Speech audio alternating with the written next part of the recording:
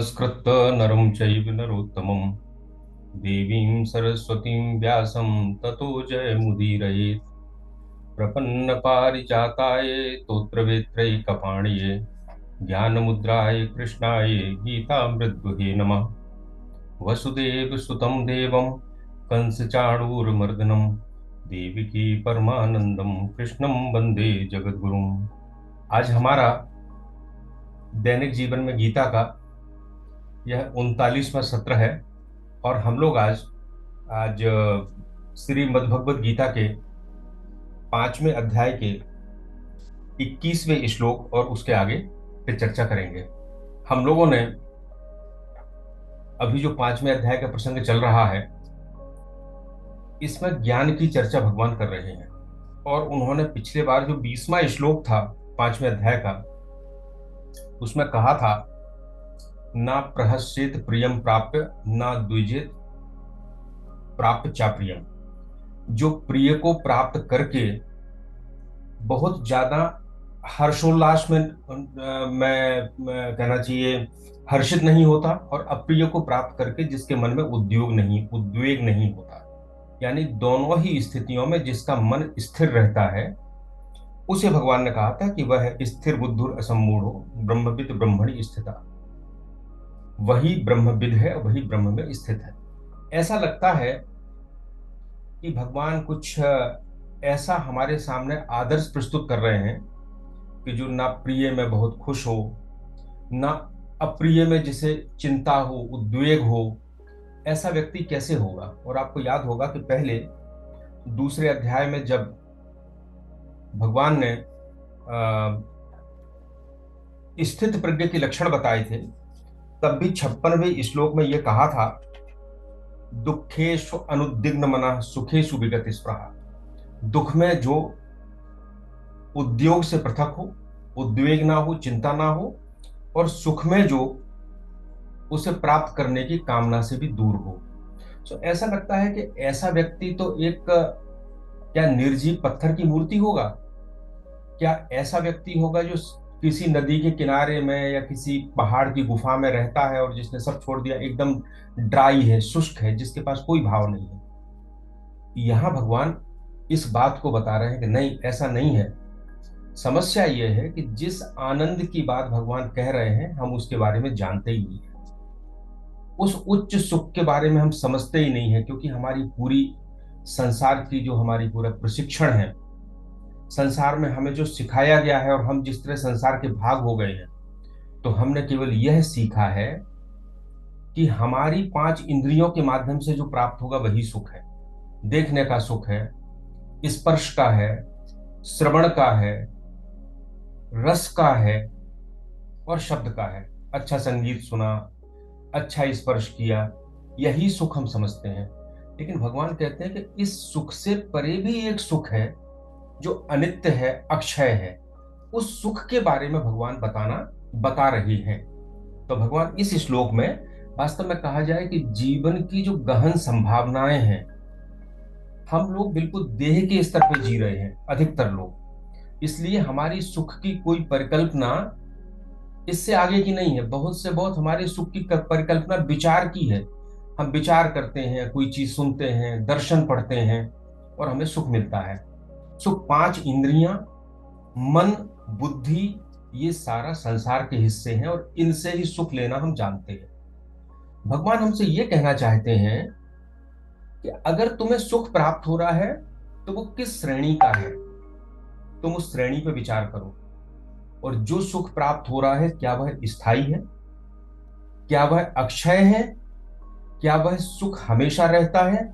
अगर नहीं है तो फिर भगवान बताते हैं कि हम तुमको एक सुख और बताते हैं जो इस सारे सुखों का स्रोत है। तो वो कहते हैं कि जब हम अपना मन, अपना प्रयास इंद्रियों से प्राप्त होने वाले सुख से पृथक जाते हैं, तब वो सुख पैदा होता है। क्योंकि अभी तो इंद्रियों के सुख ने ही स्थान घेरा हुआ है। हमें ना समझने की फुर्सत है, ना हमें कुछ करने की फुर्सत है। इसमें भगवान कहते हैं, पहली चीज कहते हैं कि श्लोक हम बोलते हैं 5वें अध्याय का 21वां श्लोक, वाह स्पर्शे स्वसक्तात्मा विन्दत्यात्मनि यत् सुखम स ब्रह्म योग युक्तात्मा सुखम अक्षयम अश्नुते। अर्थ है, वाह स्पर्शेषु असक्तात्मा, जो बाह्य पदार्थों के संपर्क में आसक्त नहीं होता है, उनसे जुड़ता नहीं है, उनके राग उनके प्रति पैदा नहीं करता बाह्य पदार्थों से। तो बाह्य पदार्थ पांचों इंद्रियों से आने वाला, मन से आने वाला, बुद्धि से आने वाला, विचारों से आने वाला। फिर वो कहते हैं विन्दत्य आत्मनि यत सुखम, जो अपने में ही सुख का अनुभव करता है। बस अब ये एक बात है जिसके बारे में हम लोगों ने कभी सोचा ही नहीं है। सब ब्रह्म योग युक्त आत्मा सुखम अक्षयम अश्नुते, वो कहते हैं वह योग के द्वारा ब्रह्म में लीन हुआ। सब ब्रह्म योग युक्त आत्मा सुखम अक्षयम अश्नुते, उसका जो सुख है वो अक्षय है, उस सुख को वो भोगता है। वाह स्पर्शेषु असक्तात्मा, तो वाह क्या क्या है? वेदांत के अनुसार परमात्मा केवल हमारा है, इसके अलावा जो कुछ भी है वो सब वाह है। सो कोई भी ऐसा सुख जो किसी भी बाहरी साधन से आता है वो वाह है। अब स्पर्श क्यों? सुख तो पांच तरह के हैं, देखने का भी है, सुनने का है, चखने का है, स्पर्श का है और शब्द का है। कान है, आंख है, नाक है, जिह्वा है और त्वचा है, ये पांच ज्ञानेंद्रियां हैं। तो केवल स्पर्श क्यों? देखिए, आप देखिएगा कि हम लोग जब सबसे निम्न स्तर पे होते हैं अपने देह के, तो स्पर्श सुख सबसे ज्यादा टेंजिबल होता है। उदाहरण के लिए, रात में कोई सो रहा है कमरे में, लोगों ने कहा कि यहां तो भूत आते हैं, उसको डर लगा कि हाँ यार भूत तो आ सकता है रात में। अब कहीं खटखट की आवाज हुई, तो संवेदना किसके माध्यम से गई? कान के माध्यम से। उसके मन में एक बात आएगी, हाँ हो सकता है भूत हो, लेकिन हो सकता है कुछ दूसरा भी हो, किसी और की आवाज आ रही हो सकता है उसको अंधेरे में कुछ छाया दिखाई दे, एक बार उसे लगे भूत है, लेकिन हाँ नहीं नहीं भूत नहीं होगा, हो सकता है कोई आदमी निकला हो पड़ोस के कमरे से यहाँ रहने वाला। लेकिन अगर कुछ से टच हो जाए किसी चीज से, तो पक्का विश्वास हो जाएगा कि और दूसरा तो कुछ हो ही नहीं सकता। टच होना, स्पर्श होना सबसे ज्यादा टेंजिबल है, जिसमें हम कभी अविश्वास नहीं करते। तो भगवान ने उसमें से एक उदाहरण लिया, बाह्य स्पर्शेषु अशक्तात्म, सबका प्रतिनिधि है ये, लेकिन जो सबसे ज्यादा टेंजिबल है। आप देखिए, बच्चा होता है छोटा, जब वो रोता है तो कैसे चुप होता है वो? माँ उसे अपनी छाती से लगा लेती है तो वो चुप हो जाता है। वो रोता हुआ बच्चा, क्योंकि अभी शिशु है, अभी वो बिल्कुल देह स्तर पर है, तो सबसे ज्यादा टेंजिबल जो होता है वो होता है स्पर्श। ऊपर के जो सुख हैं, इसके बाद के जो बाहरी जगत से भी आए हैं, चाहे वो दृश्य का हो, चाहे वो श्रवण का हो, ये उससे ऊपर के स्तर के हैं। शिशु नहीं समझ पाता, जानवर नहीं समझ पाता, लेकिन जैसे जैसे हम परिपक्व होते हैं हम उसको समझते हैं। लेकिन होता यह है कि हम कितने भी संसार में परिपक्व हो जाएं, हम इन पांच इंद्रियों के अलावा सुख के बारे में जानते ही नहीं है। यहां भगवान ने कहा है कि वाह स्पर्शे स्वशक्तात्मा, जब तुम इनको छोड़ो, इसके बाद विचार करो, तो फिर तुम्हारे अंदर से एक सुख पैदा होगा जो अक्षय होगा। क्यों छोड़ो? क्योंकि जब हम भगवान की बात करते हैं और संसार की बात करते हैं, तो दोनों दो अलग अलग विभाग हैं। संसार से संबंध जड़ से संबंध है, इंद्रियों के माध्यम से सुख आता है, और भगवान से संबंध चेतन से संबंध है, अंदर से सुख आता है क्योंकि अंदर चेतन है। तो भगवान कहते हैं बाहरी सुखों को असक्त हो जाओ इनके प्रति। एक और कारण है, बाहरी जितने सुख हैं वो सारे हमें परतंत्र करते हैं।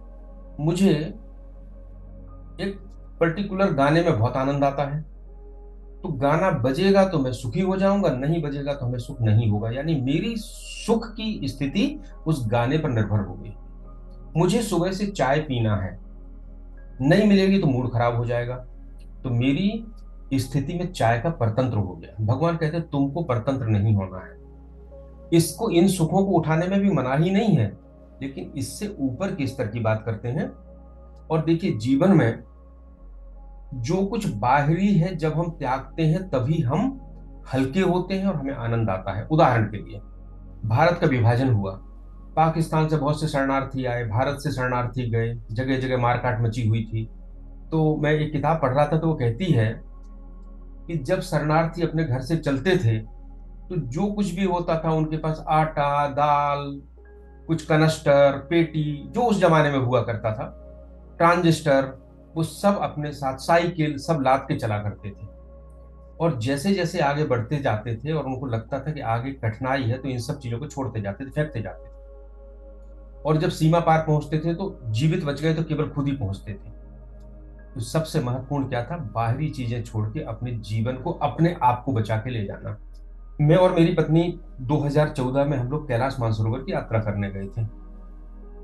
सो जैसे जैसे पहाड़ों के ऊपर चढ़ते थे, वैसे वैसे लगता था कि हमारे जो कपड़े हैं ये भी हमें वजन लगता था, ये भी लगता था कोई हल्का कपड़ा पहन ले, क्यों ना महात्माओं जैसे लंगोटी लगा के उघाड़े चलना शुरू कर दे, क्योंकि ये वजन भी सहन नहीं होता था। तो जैसे जैसे हमारी सांसारिक प्रगति, ये तो सांसारिक बात हुई, लेकिन जैसे जैसे आध्यात्मिक प्रगति होती है, वैसे आपके ऊपर जो कुछ भी लदा हुआ है बाहरी, वो सारा त्यागने की भगवान बात करते हैं, तभी आप आगे की यात्रा पे जाएंगे। और त्यागना, अभी आगे बात आएगी, त्यागने का मतलब इनको, इनसे कोई घृणा नहीं करना, इनका तिरस्कार नहीं करना है, लेकिन ऊपर जाना है। जैसे एक छोटा बच्चा है, वो खिलौनों से खेलता है, खूब मस्त रहता है, हम लोग सब लोग खेले, लेकिन आज भी क्या हम खिलौनों से खेलते हैं? नहीं खेलते। वो एक आवश्यकता थी जिसको हमने उपयोग किया, लेकिन उपयोग करने के बाद छोड़ दिया। जैसे हम परिपक्व हुए, हम ऊपर आ गए, हमारे खिलौने दूसरे तरह के तैयार हो गए। एक और उदाहरण, सबसे अच्छा कब लगता है हमको? इस जीवन में जब हम गहरी नींद में सोते हैं, उससे ज्यादा सुख कोई दूसरा नहीं होता। आपके पास कितने भी भोग सामग्री सामने क्यों ना रखे हों, लेकिन जब नींद आती है तो सबको छोड़ के हम नींद में चले जाते हैं। ऐसा कोई है क्या जो कहे भाई आज तो हमारे सामने फला चीज सामने रखी है, रसगुल्ला सामने रखा है, या फलाना डांस हो रहा है, हम आज सोएंगे नहीं, इसी को रात भर देखेंगे? संभव ही नहीं है। क्यों? क्योंकि नींद में आपकी सारी वृत्तियां शांत हो जाती हैं, आपका संबंध विच्छेद हो जाता है, आप केवल रह जाते हैं और वो तरोताजा होकर नींद से वापस आते हैं। नींद के समय अगर आपसे कोई कह दे कि आपकी 1 करोड़ की लॉटरी खुल गई, आपको कोई फर्क नहीं पड़ेगा। कोई प्रियजन मर गया, कोई फर्क नहीं पड़ेगा, क्योंकि सब कुछ हम छोड़ के एक आनंद में है। लेकिन यह आनंद नींद का जो है वो अज्ञान का आनंद है, क्योंकि हमने सबसे डिटैच कर लिया है और हम अज्ञान में डूबे हैं। दूसरा, ये हमेशा के लिए नहीं है। नींद आएगी, उसमें आनंद आएगा, जगेंगे, हम कहेंगे बहुत नींद आनंद से सोए, लेकिन जगेंगे तो फिर वही चीजें शुरू हो जाएंगी।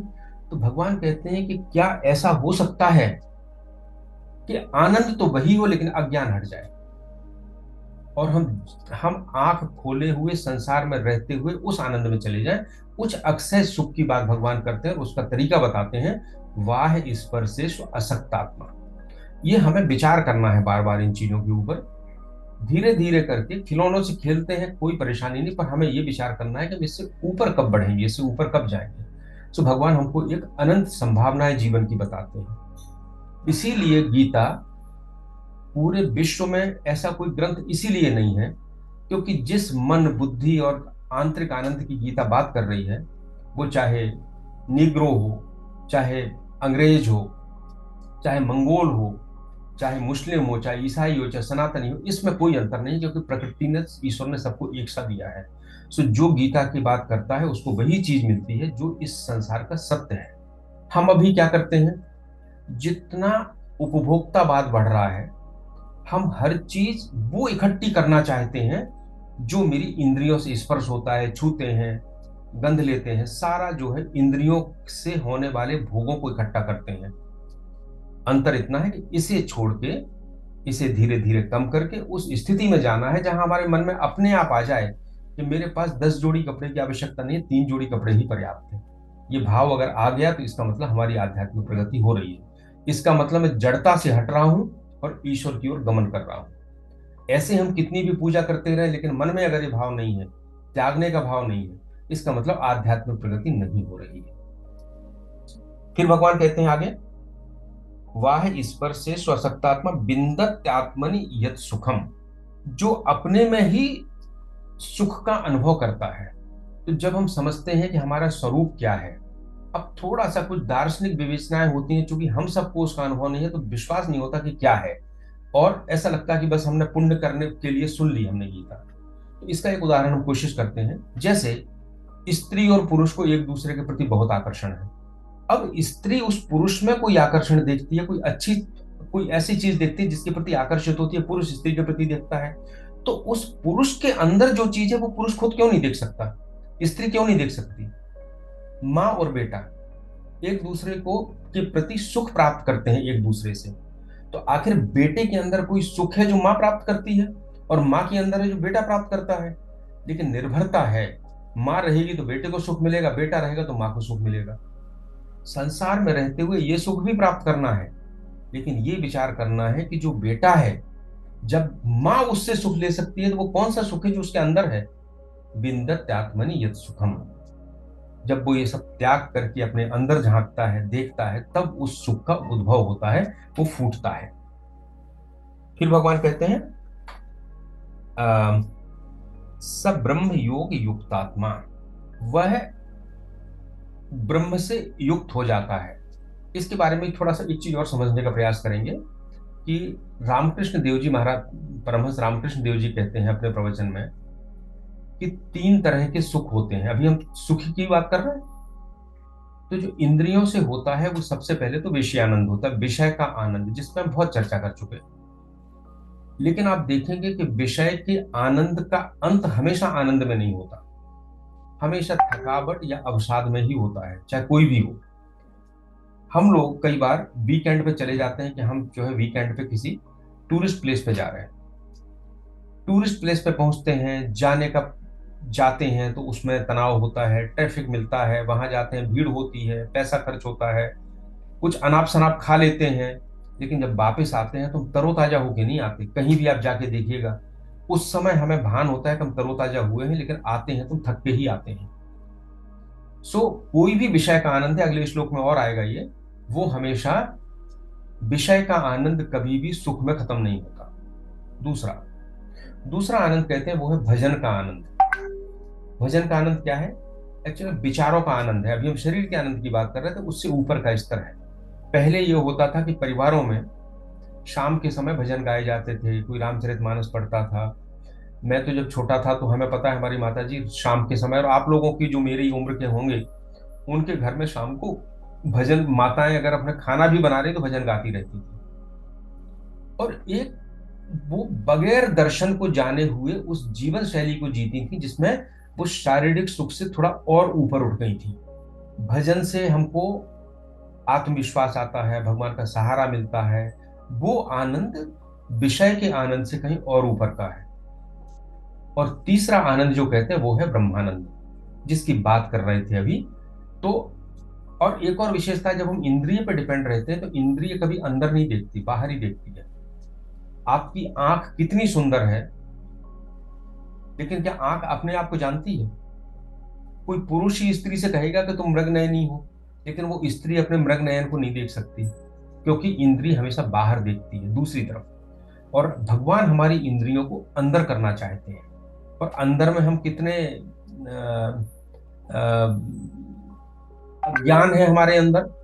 भागवत में कथा आती है कि जब हिरण्यकश्यपु भगवान विष्णु को मारने के लिए गदा लेके दौड़ा, तो भगवान विष्णु भागे, तो उन्होंने कहा कहां छिपूं? तो कितनी अच्छी प्रतीकात्मक कथा है। वो हिरण्यकश्यपु के हृदय में जाके छिप गए, और हिरण्यकश्यपु कभी विष्णु को नहीं खोज पाया, क्योंकि उसने कभी सोचा ही नहीं था मेरे हृदय में कुछ है। तो हमारे हृदय में भी जो परमात्मा है, हम उसकी तरफ से बेखबर हैं, और उसी को बताने के लिए भगवान ये सारी बातें हमसे कह रहे हैं। तो सब ब्रह्म योग युक्तात्मा, जैसे ही हमने इंद्रियों के स्पर्श से होने वाले सुखों से अपनी दूरी बनाई मानसिक, वैसे ही वो स्थान जो खाली होता है, तो जैसे अंधकार है, अंधकार में अगर आप माचिस जलाओगे तो, दीपक जलाओगे तो प्रकाश हो जाएगा। जैसे ही बाह्य स्पर्श से दूर होते हैं, वैसे ही सब ब्रह्म योग युक्त आत्मा, क्योंकि उसके अंदर वो जगह जो खाली हुई है उसमें आत्मा का आनंद आना शुरू हो जाता है, और वह ब्रह्म में अभिन्न भाव से स्थित हो जाता है, सब ब्रह्म योग युक्त आत्मा। इस चीज को कोई भी शब्दों के माध्यम से किसी को नहीं समझा सकता। हम लोग प्रयास करेंगे तो शायद हमें पता चलेगा कि कौन सा आनंद है। लेकिन आप अज्ञान में जो नींद का आनंद है उसके बारे में विचार करें कि ज्ञान रहते हुए उसी तरह का आनंद, उसी तरह की चेतना रहते हुए उसी तरह की विश्राम हमें मिले, तो वह सब ब्रह्म योग युक्तात्मा। सुखम अक्षयम अश्नुते, वह वही सुख को भोगता है जो ब्रह्म योग। देखिए, ब्रह्म योग युक्त आत्मा थोड़ा कठिन लगता है, तो वो कहते हैं कि ब्रह्म योग युक्त आत्मा का जो सुख है और जो हमने स्पर्श का सुख छोड़ दिया है, वो दोनों बराबर ही है। क्योंकि जैसे ही हम स्पर्श का सुख छोड़ते हैं, वैसे ही कामना समाप्त हो जाती है। जो हो रहा है वो हो रहा है, स्वीकार है सब कुछ। जैसे ही कामना खत्म हो जाती है तो मन स्थिर हो जाता है, और स्थिर हुआ मन, कामना नहीं है, चंचलता नहीं है, तो भगवान का आत्मा का जो स्वरूप है वो हमें अनुभूति में आने लगता है। सो एक बड़ी कठिन बात थी पहले कि ब्रह्म योग युक्त आत्मा होना है, पर भगवान ने कहा ये तो बहुत सरल है, तुम्हें इतना करना है, तुमको वही मिलेगा जो एक ब्रह्म योग युक्त आत्मा को जो मिलता है। परिणाम दोनों का एक ही होगा। कई बार हम लोग पढ़ते हैं ना, जैसे कहा कि शृण्वन्ते विश्वे अमृतस्य पुत्रा, कि ऋषि कह रहे हैं कि हे अमृत के पुत्रों सुनो। इसको बहुत विवेकानंद जी ने बहुत उपयोग किया है। तो क्या हम अमृत के पुत्र हैं? बिल्कुल नहीं, हम तो रोज मरते हैं, रोज जीते हैं।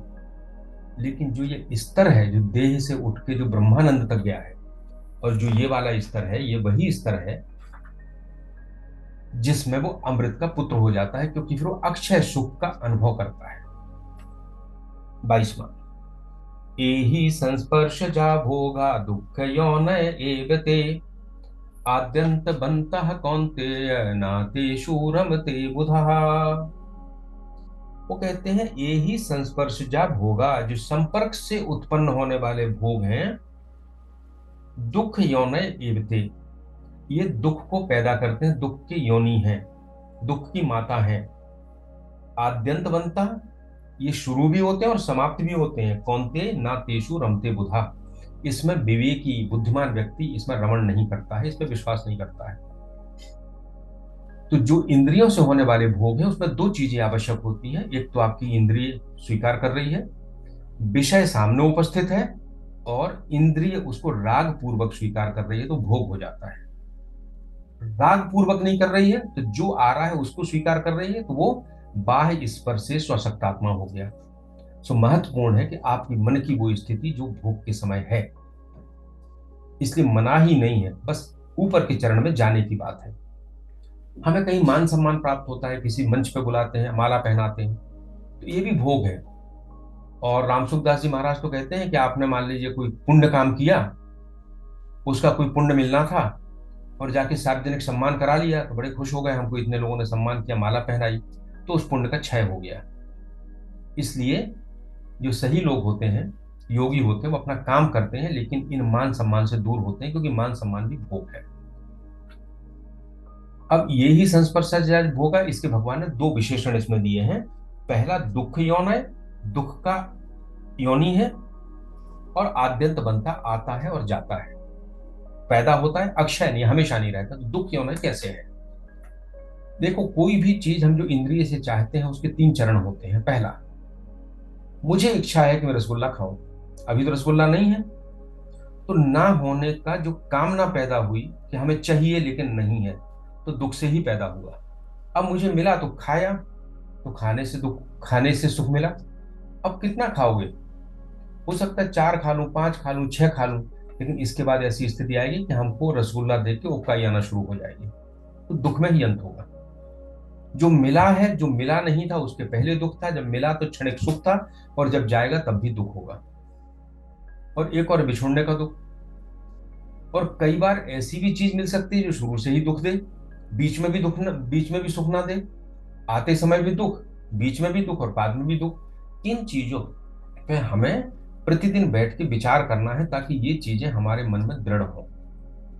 और रामसुखदास जी महाराज एक और चीज लिखते हैं, वो कहते हैं कि 3 तरह के दुख होते हैं। एक तो परिणाम दुख, परिणाम में दुख होता है, हर चीज का उपयोगिता ह्रास होता है। हमें 10 रसगुल्ले खाए तो पहला जितना सुख दोगा, दूसरा उतना नहीं देगा, तीसरा उससे कम देगा, चौथा उससे कम देगा, और 5वें 6वें पे जाके तो नेगेटिव पे पहुंच जाएगा। सो हर विषय का जो परिणाम होता है, वो धीरे धीरे धीरे करके दुख में जाता है। दूसरा कहते हैं ताप दुख होता है। ताप दुख ये होता है कि मेरे पास जितना है, तो पड़ोसी के पास तो इससे ज्यादा है, या मैं तो चाहता था कि मेरे पास मर्सिडीज होना चाहिए और मुझे तो मारुति मिली, तो मारुति मिल गई, लेकिन दुख मर्सिडीज का है, इसको कहते हैं ताप दुख। और एक और होता है, भोग तो है पर मैं भोग नहीं सकता, सामर्थ्य नहीं है, वृद्ध हो गया हूं, अब दांत नहीं बचे कि मैं खाऊं, पाचन नहीं बचा कि पचा पाऊं। राजा ययाति की कथा आप सबको पता होगी, महाभारत में। राजा ययाति जब बूढ़े हो गए तो उनके पास सब कुछ था, रनिवास था, राज्य था, धन थी, संपत्ति थी, पर उनका शरीर ऐसा हो गया कि वो भोग नहीं सकते थे। भोग नहीं सकते थे, फिर उन्होंने अपने पुत्र से उसका यौवन मांगा। और वो कथा है, और बाद में ययाति कहते हैं कि ये हम अपने जीवन के निष्कर्ष पे पहुंचे हैं कि भोगते भोगते कभी भोग से हमें छुटकारा नहीं मिल सकता है, ये तो अग्नि और ज्यादा बढ़ती जाती है। तो ये होता है ताप दुख, कि सब कुछ है लेकिन हम भोग नहीं सकते। और तीसरा होता है संस्कार दुख। संस्कार दुख ये होता है, मुझे यादें रहती कि यार हम वहां थे तो हमने ऐसा ऐसा भोगा था, ऐसा ऐसा सुख प्राप्त किया था, वो सुख आज समाप्त हो गया। सो जितने भी ये हैं दुख यौन ये भी थे, चाहे वो धीरे धीरे उपयोगिता ह्रास हो, चाहे हमें दूसरे से ईर्ष्या हो, चाहे हमारे भोगने की शक्ति खत्म हो, और चाहे हमें पहले भोगे हुए भोगों को वर्तमान में न मिलने का दुख हो। पर होता यही है, इसके अलावा कोई दूसरा रास्ता नहीं है। और एक बड़ी अच्छी बात है, मैं अक्सर कहता हूं कि भगवान और संसार दो अलग अलग विभाग हैं। भोग जो है वो वेदांत कहता है प्रारब्ध से प्राप्त होते हैं, और सबके लिए अलग अलग होते हैं। पुरुषार्थ का हिस्सा है लेकिन प्रारब्ध का भी है। आगे चल के 18वें अध्याय भगवान ने इसमें भी एक श्लोक कहा है। और परमात्मा जो है वो पुरुषार्थ से प्राप्त होता है लेकिन सबको एक सा होता है। अगर आज हमें परमात्मा मिलेगा तो वही परमात्मा मिलेगा जो ध्रुव को मिला होगा या किसी और तपस्वी को मिला होगा। उस परमात्मा में कोई अंतर नहीं है। लेकिन समस्या ये होती है कि हम सारा पुरुषार्थ संसार के लिए करते हैं और भगवान को प्रारब्ध पे छोड़ देते हैं। कितने लोग हैं जो ईश्वर को प्राप्त करने के लिए पुरुषार्थ करते हैं, समझते ही नहीं। वो कहते हैं ईश्वर तो हमने पूजा कर ली, मिलेगा हमको। लेकिन संसार के लिए पुरुषार्थ करते हैं, ईश्वर के लिए प्रारब्ध पे छोड़ते हैं। जबकि नियम यह है कि प्रारब्ध से भोग मिलेगा और पुरुषार्थ से ईश्वर मिलेगा। आद्यंत वंता कौनते, जैसे मेहमान है ना, आते हैं जाते हैं, इसी तरह से इंद्रिय से विषय का संयोग हो गया तो हमें सुख मिला। और जब जब वो विषय हमेशा तो संयोग में नहीं रहेगा, जब दूर हो जाएगा तो दुख मिलेगा। तो भगवान कहते हैं कि जो संसर्ग आपका सांसारिक चीजों से छूट रहा है, लेकिन अपने शौक के साथ में, अपने आप के साथ में जो आपका संपर्क है वो तो कभी नहीं टूटेगा, क्योंकि आप खुद हैं, तो वो अक्षय होगा। यहाँ कहते हैं ना तेषु बुद्ध रमते बुधा, वो विवेकी हैं, वो जानते हैं, दोष देखते हैं, इसलिए वो इन चीजों में रमण नहीं करते। एक बड़ा मुश्किल है कि इसको समझना कि त्याग से कैसे सुख मिलेगा। क्या हम समझ सकते हैं कि हम भोजन ना करें और भोजन का आनंद आए? एकादशी का उपवास किया, दिन भर भोजन की ध्यान आती है, लेकिन ये वो स्थिति है जब उपवास के बीच में भी वो आनंद आपके साथ रहे। ठीक है, शरीर में भूख लगेगी लगेगी, लेकिन उस आनंद में कोई कमी नहीं होगी जो अक्षय आनंद अंदर से आया है। 23वां श्लोक। शक्नोति हैव यः सोढुं प्राक् शरीर विमोक्षणात् काम क्रोधोद्भवं वेगं स युक्तः स सुखी नरः। शक्नोति है यह सोढुं। तो यहाँ बड़ा महत्वपूर्ण है यह का मतलब यहाँ हम लोग अभी मनुष्य के शरीर में हैं। तो भगवान कहते हैं कि मनुष्य का शरीर है जब तुम चीजों के ऊपर कंट्रोल कर सकते हो। तुमको विवेक दिया है, और ऐसा विवेक केवल मनुष्य में है और किसी में नहीं है। जो पशु होते हैं उनमें तो कोई विवेक होता ही नहीं, प्रसुप्त होता है विवेक, सोया हुआ है। चेतना तो है, भगवान की चेतना है, लेकिन विवेक जागृत नहीं हुआ है पशु में। इसलिए पूरी तरह से वो प्रकृति के ऊपर चलता है, जो प्रकृति कहती है वो करता है। उसको कोई शर्म संकोच नहीं है, उसको कोई ज्ञान नहीं है, उसको कहीं ऊपर नहीं बढ़ना है, जहां है भोग योनि है। और देवताओं को, हम देवताओं को बहुत बड़ा समझते हैं, लेकिन रामचरितमानस में भी देवताओं को बड़ा स्वार्थी कहा गया है। और गीता भी कहती है कि देवता जो हैं इनमें भी विवेक जो है वो ढका हुआ है, क्योंकि इतना भोग करते हैं कि विवेक इनका जागृत नहीं होता। ये भी भोग योनि है, ये अपने अच्छे कर्मों का फल भोग रहे हैं। पशु हो सकता है कि बुरे कर्मों का फल भोग रहा है। सो केवल मनुष्य है जिसका विवेक जागृत है और जो इन चीजों को समझ सकता है। तो भगवान कहते हैं ये है, अभी विवेक से आप अपने सठ विकार समाप्त कर सकते हैं, प्रयास करें। काम, क्रोध, लोभ, मोह, मद और ईर्ष्या, मत्सर। और ये क्यों समाप्त करना है? क्योंकि हमको जड़ता से संबंध खत्म करना है, तभी हमारा ईश्वर से संबंध होगा। बहुत से धर्म हैं जो मरने के बाद की बात करते हैं। मर जाओगे तो अगले जन्म में ये मिलेगा, ये सुख मिलेगा। यहाँ तक कि वैदिक का कर्मकांड का जो भाग है वो भी यही कहता है, फला यज्ञ करोगे तो आपको स्वर्ग का सुख मिलेगा, ऐसा करोगे तो आप इस योनि में चले जाओगे, इस लोक में चले जाओगे। क्योंकि वो धर्म की प्रारंभिक अवस्था है। लेकिन भगवान बहुत ऊंची बात कह रहे हैं। वो कह रहे हैं आपको कहीं मरने की जाने की जरूरत नहीं है। सकनोति है यह सोड़ूं, यही करो। और एक और है, अगर आप मर गए तो आप इन पर कंट्रोल भी नहीं कर पाओगे। फिर तो आपके सूक्ष्म शरीर के साथ ये सारे संस्कार आपके साथ चलेंगे। और जब अगला जन्म मिलेगा, अगर मनुष्य का मिला तो विवेक मिलेगा, और नहीं मिला तो फिर केवल भोग भोग करना पड़ेगा। आप उन पर कंट्रोल नहीं कर पाओगे। तो आगे बताता हूं, प्राक शरीर विमोक्षणात्। जब तक शरीर है तब तक अवसर है। ना मरने के बाद अवसर है, ना अन्य योनि में अवसर है। क्या करना है? हम संकल्प करते हैं। संकल्प से हमें कामना पैदा होती है कि हमें ये चीज चाहिए। कामना पूरी हो जाती है तो कामना बढ़ती है कि हमें और चाहिए। और पूरी नहीं होती, उसमें विघ्न पड़ता है तो हमको क्रोध आता है। तो सारी चीजें, और ऐसा क्यों होता है? क्योंकि हमने अपने आप को संसार से जोड़ रखा है, और संसार अपूर्ण है। हमारे अंदर जो अपूर्णता का भाव है उसको हम संसार से पूरा करना चाहते हैं। और जब पूरा करना चाहते हैं तो कामना होती है, कामना में विघ्न पड़ता है तो क्रोध होता है। लेकिन अगर हम अपने आप को ईश्वर से जोड़ते हैं तो वो सत है, उसमें कोई अभाव नहीं है।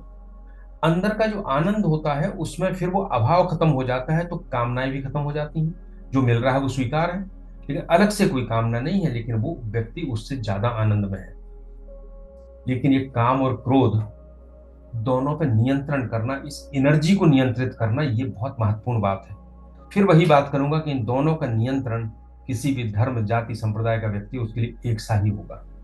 तो भगवान कहते हैं इतना खतरनाक है कि ये कब आपके मन को विचलित कर दे इसको आप समझ नहीं सकते। तो आपको हमेशा सतर्कता रखना, प्राक शरीर विमोक्षणा।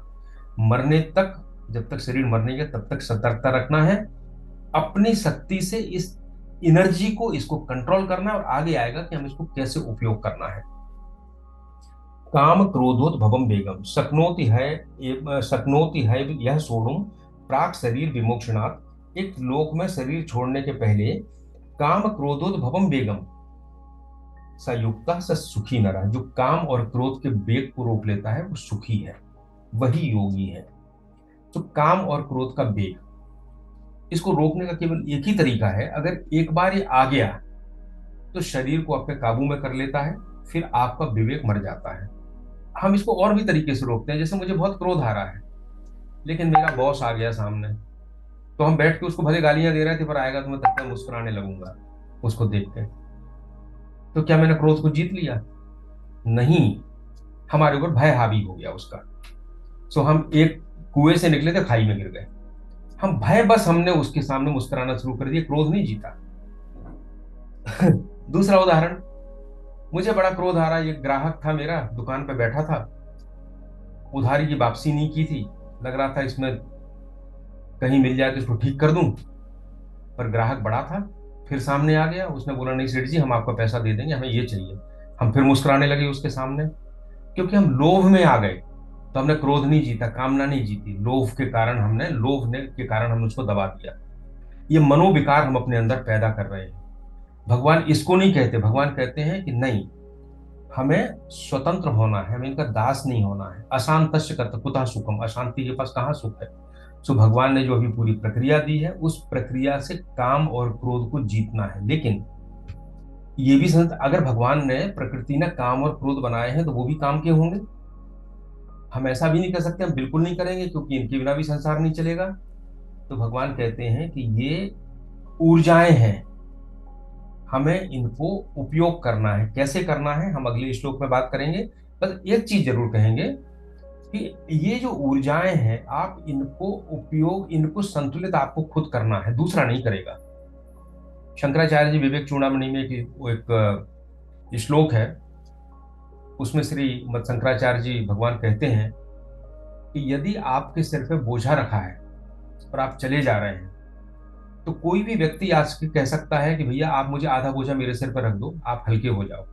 परंतु आपको भूख लगी है तो कोई ये नहीं कह सकता कि मैं खा लेता हूं, आप मत खाओ। खाना तो आपको ही पड़ेगा। तो जितने बाहरी चीजें हैं उसको कोई शेयर कर सकता है, पर जो आंतरिक भूख है, आंतरिक संवेग है, क्रोध है, काम है, इन चीजों को कोई दूसरा नहीं कर सकता, आपको खुद करना पड़ेगा। इसलिए कबीर कहते हैं कि जो घर फूके यातना चले हमारे साथ। और विवेकानंद जी ने तो बड़ी ऐसी बात की है कि प्रारंभिक चरण में ऐसा लगता है कि अरे ये क्या कह रहे हैं। उन्होंने कहा, एक एक लड़का उनके पास आया तो उसने कहा कि मैं सन्यासी होना चाहता हूँ। देखा विवेकानंद जी ने, बड़ा दुबला पतला था, कोई ज्ञान नहीं, वही जैसे आजकल भीड़ में बच्चे निकल जाते हैं, वो समझते हैं धर्म कर रहे हैं, नारे लगाते हैं, विध्वंस करते हैं, ऐसे इसी तरह का होगा। विवेकानंद जी ने कहा तुम्हारा शरीर तो बड़ा कमजोर है, तुमको आता क्या है? उसने कहा हमको तो कुछ नहीं आता। विवेकानंद जी ने उससे एक चीज पूछा, तुमने कभी झूठ बोला है? तो उसको कहा ऐसे महात्मा के सामने हम कैसे बोल दें कि हमने झूठ नहीं बोला, झूठ बोला है? बोला नहीं, मैंने कभी झूठ नहीं बोला। विवेकानंद जी बोले अगर तुम्हारे अंदर इतनी भी ताकत नहीं है झूठ बोलने की तो तुम परमात्मा को क्या प्राप्त करोगे?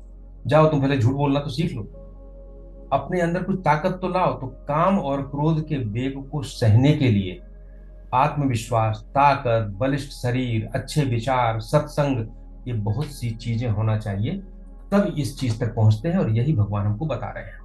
अब इसका कैसे होता है, देखिए एक नदी है, नदी में पानी बह रहा है, वो विध्वंस भी करता है, बाढ़ भी लाता है, लेकिन जब हम उसके ऊपर बांध बना देते हैं तो वही सिंचाई भी करता है, पेयजल भी देता है और जनहानि भी रोक देता है। तो भगवान कहते हैं कि जब तुम्हारे अंदर इन सारी संवेदनाओं का वेग बढ़ रहा है तो तुम इसको बांध बनाओ। कैसे बनाओ?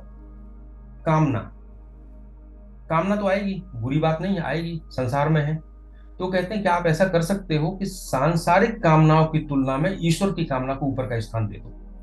तो विचार करने लगो कि ठीक है, आज हमें बच्चे के लिए स्कूटर खरीदना है, खरीदेंगे, लेकिन मुझे ईश्वर को प्राप्त करना है, उसके लिए प्रयास करना है। क्रोध, क्रोध नहीं आएगा तो संसार नहीं चलेगा, हम केचुआ हो जाएंगे। क्रोध तो बहुत जरूरी है, लेकिन क्रोध आए क्यों आए? किसी के अन्याय के प्रतिकार के लिए आए, लोगों को नियम में रखने के लिए आए, तो वो क्रोध के ऊपर बांध बन गया। उसके हम नियंता होंगे, कितना आएगा वो सोचेंगे। हमने कई अच्छे ऑफिसर देखे हैं जो अपने एक सबॉर्डिनेट के ऊपर खूब क्रोध कर रहे हैं, कोई दूसरा आया तो उनका भाव बदल जाता है, क्योंकि उन्होंने उस स्थिति में शायद पहुंच गए। बड़े विरले होते हैं जो इसको भी एक लीला समझ लेते हैं कि हमारे ये काम करने का तरीका है, लीला है, हमने इसको नाराज हुआ, लेकिन इस नाराजगी के कारण हम हमेशा नाराज ही नहीं रहेंगे, हम उससे पृथक हो जाएंगे तत्काल।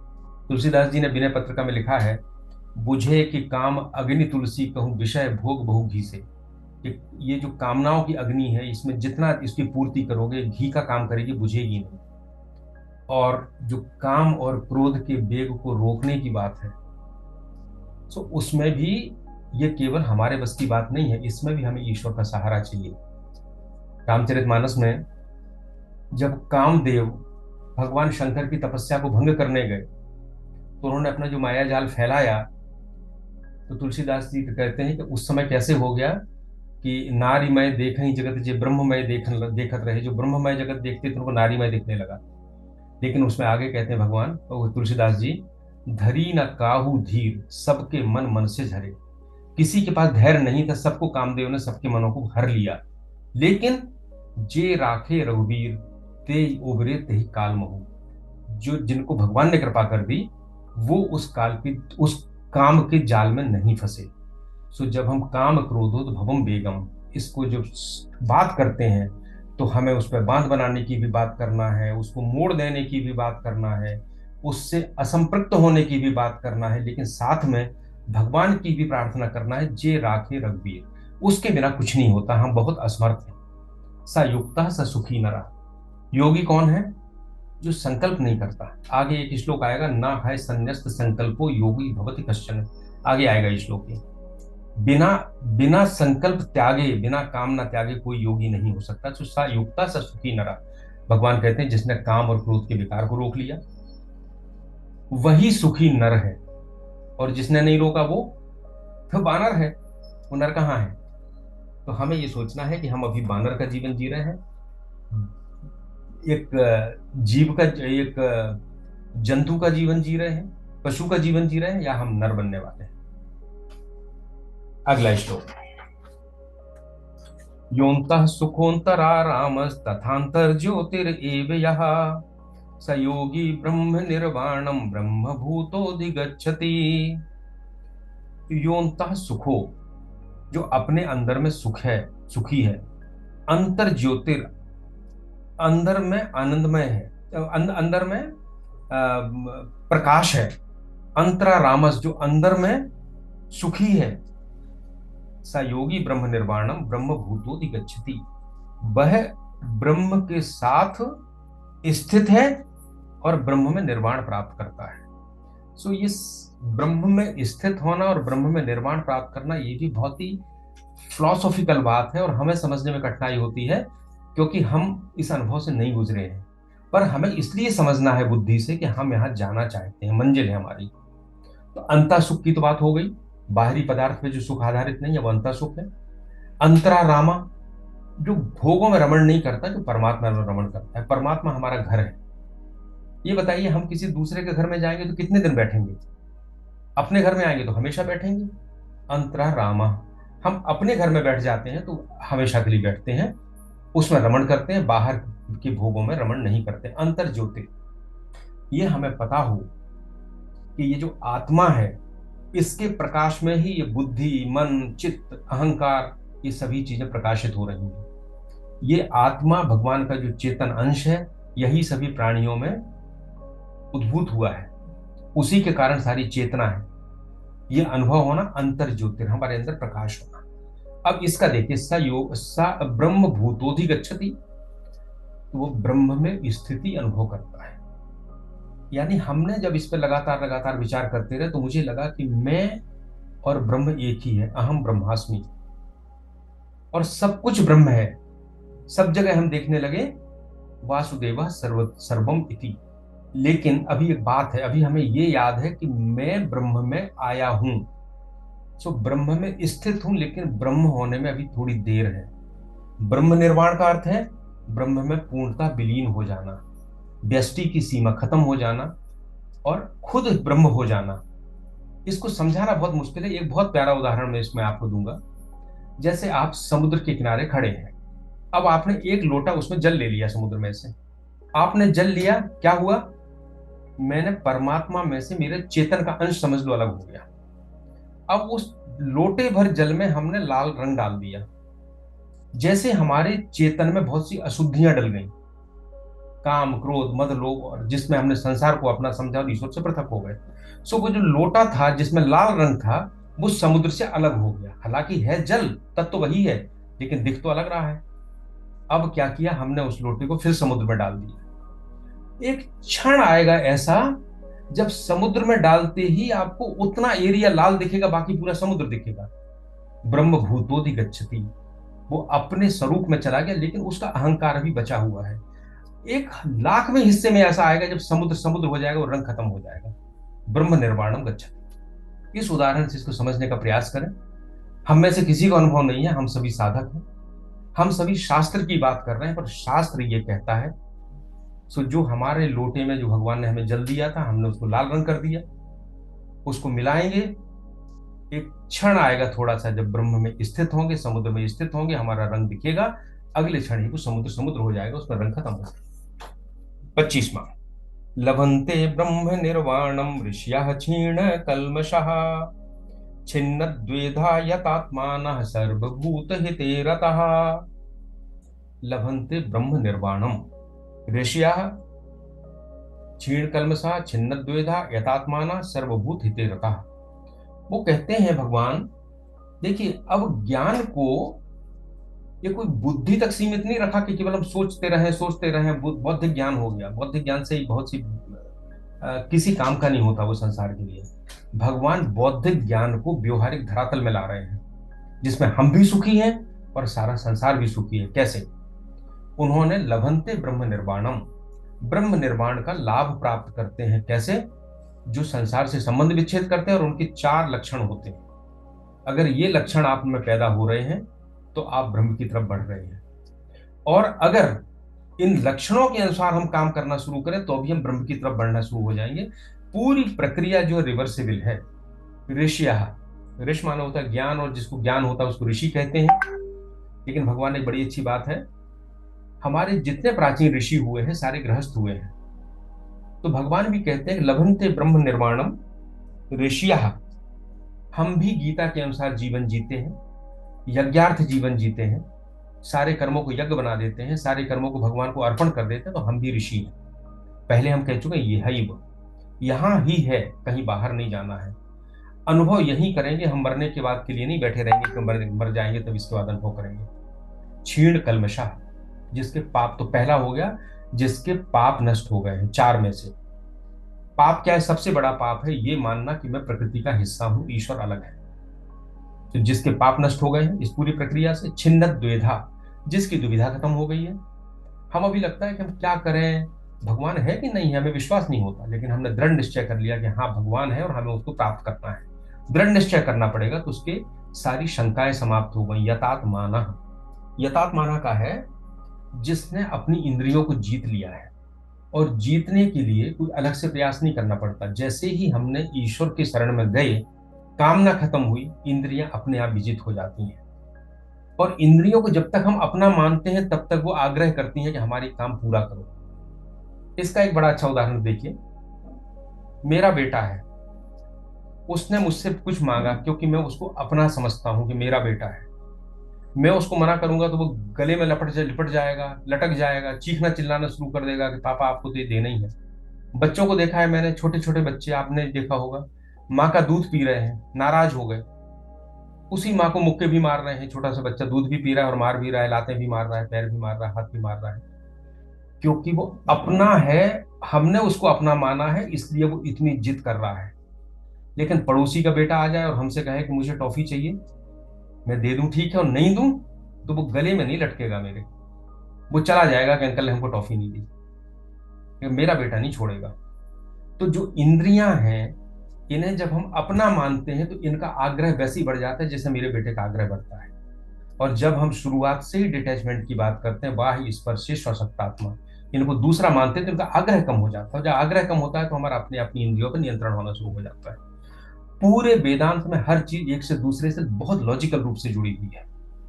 अब सर्वभूत हिते रता, जो व्यक्ति ऐसा हो गया, पाप नष्ट हो गया, दुविधा नष्ट हो गई, इंद्रियों पर नियंत्रण हो गया, अब क्या होगा? लभंते ब्रह्म निर्वाण, ब्रह्म निर्वाण भी मिल गया। अब वो व्यक्ति ब्रह्म भाव में चला गया, वो व्यक्ति नहीं बचा, वो समष्टि, उसको सब कुछ अपने जैसा दिखने लगा, सर्वत्र परमात्मा है।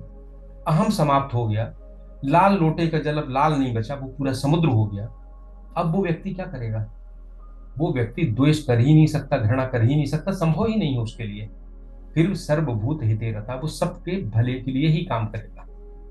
इसलिए जो इस अवस्था को पहुंचे हुए योगी होते हैं, उस संसार में लौट के आते हैं, क्योंकि उनको दूसरों का हित करना है, उनको ज्ञान देते हैं, उनको कर्म बताते हैं, उनको मार्ग दिखाते हैं। तो जितने हमारे महापुरुष हैं, भगवान बुद्ध के बारे में कहते हैं कि उनकी भी सारी वासनाएं खत्म हो गई थी, मोक्ष हो गया था, लेकिन एक ही वासना थी कि मैं संसार का उद्धार करूं। तो भगवान बुद्ध ने एक अवतार लिया। सभी के बारे में ऐसा कहा जाता है, कुछ ना कुछ रहा। तो सर्वभूत हिते रहता, वो किसी अपनी वासना के लिए नहीं आते हैं, सबके लिए आते हैं। उनके पास कोई दूसरा चारा भी नहीं है। तुलसीदास जी कहते हैं, शंकर जी पार्वती जी से कहते हैं, उमा जे राम चरण रत, विगत काम मद क्रोध, जो राम के चरणों में रत हैं और काम मद और क्रोध से विगत हैं, निज प्रभुमय देखें जगत के ही सन करें विरोध। जो ऐसे हैं वो तो सारे जगह अपने प्रभु को देखते हैं, वो विरोध कैसे कर सकते हैं किसी के? तो चौथी जो चीज है लभंते ब्रह्म निर्वाणम की, क्षीण कल्मषा, छिन्नत द्वेधा, यथात्माना और सर्वभूत हिते रता, इसके लिए प्रयास नहीं करना, स्वमेव होता है। एक और इसमें महत्वपूर्ण बात है कि जब हम बाहर से सुख प्राप्त करते हैं तो वो सुख हमारे अंदर जाता है। हम स्वार्थी होते हैं और उस सुख को हम अपने अंदर रखते हैं, लेकिन जब अंदर से सुख आता है तो बाहर फैलता है, उसको आप अपने पास नहीं रख सकते। इसलिए आत्मा का जो सुख है जिसको प्राप्त होगा वो उसको बांटेगा, अपने पास नहीं रखेगा। धन का सुख है वो हमेशा तिजोरी में रखेगा, बांटेगा नहीं। दोनों में बहुत अंतर है। आखिरी श्लोक हम लेंगे, कुछ समय हो गया है, 26वां, छोटा सा है। काम क्रोध वियुक्ता नाम यतीनाम यत चेतसाम, अभितो ब्रह्म निर्वाणम वर्तते विदितात्मनाम। काम और क्रोध से जो अलग हो गए हैं, काम क्रोध वियुक्ता नाम यति नाम, ऐसे यति, ऐसे योगी, यत चेतसाम, जिनका अपने चित्त के ऊपर, अपनी इंद्रियों के ऊपर नियंत्रण है। अभी तो ब्रह्म निर्माणम, ब्रह्म निर्माण तो उनके आसपास ही है। वर्तते विदितात्म नाम, जिनने अपने आप को जान लिया है। हम लोगों ने पहले कहा है कि काम क्रोध का कारण क्या होता है, कामना। और जब कामना का कारण क्या होता है, हमने संसार को अपना समझा, अभाव। और जब सत्य को समझते हैं, अभाव खत्म होता है, तो काम क्रोध वियुक्ता नाम हो जाता है। ये प्रक्रिया है। इसमें एक बड़ी महत्वपूर्ण बात है, वेदांत में आता है कि हम अज्ञान में क्यों डूबे हैं, क्यों हम संसार को अपना समझ रहे हैं, क्यों हम ईश्वर को अपना नहीं समझ रहे। वेदांत इसके तीन कारण देता है। पहला बोलता है वो मल दोष, दूसरा विक्षेप दोष, और तीसरा आवरण दोष। मल दोष क्या है? जैसा हमने पहले कहा कि एक आत्मा की रोशनी है, लेकिन चित्त का पर्दा लगा है सामने। अब चित्त अगर उसमें संस्कार है, चित्त को गंदा कर दिया, तो आत्मा का प्रकाश अगर सफेद है, उदाहरण के लिए मान लीजिए, और पीला पर्दा लगा दिया, तो हमें पीला दिखाई देगा, तो हम नहीं पहचान पा रहे, इसको मल दोष बोलते हैं। तो जब काम और क्रोध से दूर होते हैं, काम क्रोध वियुक्ता नाम, तो मल दोष दूर होता है, चित्त शुद्ध होता है। दूसरा होता है विक्षेप दोष। सिनेमा, पहले सिनेमा ऐसे चला करते थे, पर्दा होता था, सामने से प्रकाश जाता था और उस पर चलता था। पर्दा हिल जाए तो वो पिक्चर भी हिल जाती थी। अरे बड़ा साधारण उदाहरण लीजिए, आप स्थिर पानी में अपना चेहरा देखते हो तो चेहरा दिखता है, और अगर नदी में देखोगे, लहर चल रही है, पानी हिल रहा है, आपको चेहरा नहीं दिखेगा अपना। सूरज भी हिलता हुआ दिखेगा, जबकि सूरज तो स्थिर है। इसको कहते हैं विक्षेप दोष। क्यों होता है? क्योंकि मेरा अपने ऊपर नियंत्रण नहीं है, इसलिए ये चित्त हिलता है, इसमें भगवान का दर्शन नहीं कर पाते हैं। तो दूसरा भगवान ने कहा यत चेतसाम, तो काम क्रोध वियुक्ता नाम ने मल दोष दूर किया, यत चेत साम ने विक्षेप दोष दूर किया। और तीसरा होता है आवरण। एक आवरण चढ़ गया जो हम नहीं समझ पा रहे हैं, अज्ञान का आवरण। विदितात्म नाम, हमने अपने आप को समझा, आवरण खत्म हो गया। सो काम क्रोध वियुक्ता नाम, हम इसको नियंत्रित करें। ये औषधि है, इनका उपयोग करें जीवन में, लेकिन इसको भोजन ना बना लें अपना। यति, यति जो आत्म संयमी है, तत्व ज्ञान के लिए प्रयत्नशील है, वो यति है। यत चेतसा, मन पर नियंत्रण, बहुत बात हो गई है। अभितो ब्रह्म निर्वाणम, यह बहुत महत्वपूर्ण है, उसके सभी ओर ब्रह्म निर्वाण है। ऐसा नहीं हो सकता है कि मैं पूजा करने बैठूं तब तो ब्रह्म के साथ हूं, और खेत में ट्रैक्टर चला रहा हूं तो ब्रह्म से अलग हो गया। नहीं, वह तो हर समय ब्रह्म में होगा, 24 घंटे होगा, उसका कोई क्षण ऐसा नहीं जो ब्रह्म भाव से अलग हो। हम संसार में रहते हैं, संसार में हम जितने काम करते हैं संसार भाव से करते हैं, बिल्कुल अलग नहीं होते। इसी तरह से ब्रह्म भाव में करना। अभी तो चारों तरफ कोई स्थिति ऐसी नहीं जहां ब्रह्म ना हो। और जिसको ऐसा होता है उसको वेदांत कहता है वो जीवन मुक्त है, और जब उसका शरीर छोड़ता है तो केवल मुक्ति होती है। विदितात्म नाम, जिससे अपने स्वरूप का बोध हो गया, जिससे अपने उद्देश्य का बोध हो गया, तो ऐसे व्यक्ति के लिए भगवान ने अभी तक इतनी चीजें कही हैं। और सारी चीजों का सार ये है कि ज्ञान को हमें व्यवहारिक धरातल पे लाना है। हमें समझना है कि सुख क्या है, उस सुख को प्राप्त करने का प्रयास करना है, और उस सुख को प्राप्त करने के बाद हमारा संसार भी अच्छा है और बाहर का संसार भी अच्छा हो जाएगा। आज बस इतना ही। इति श्री कृष्णार्पणमस्तु।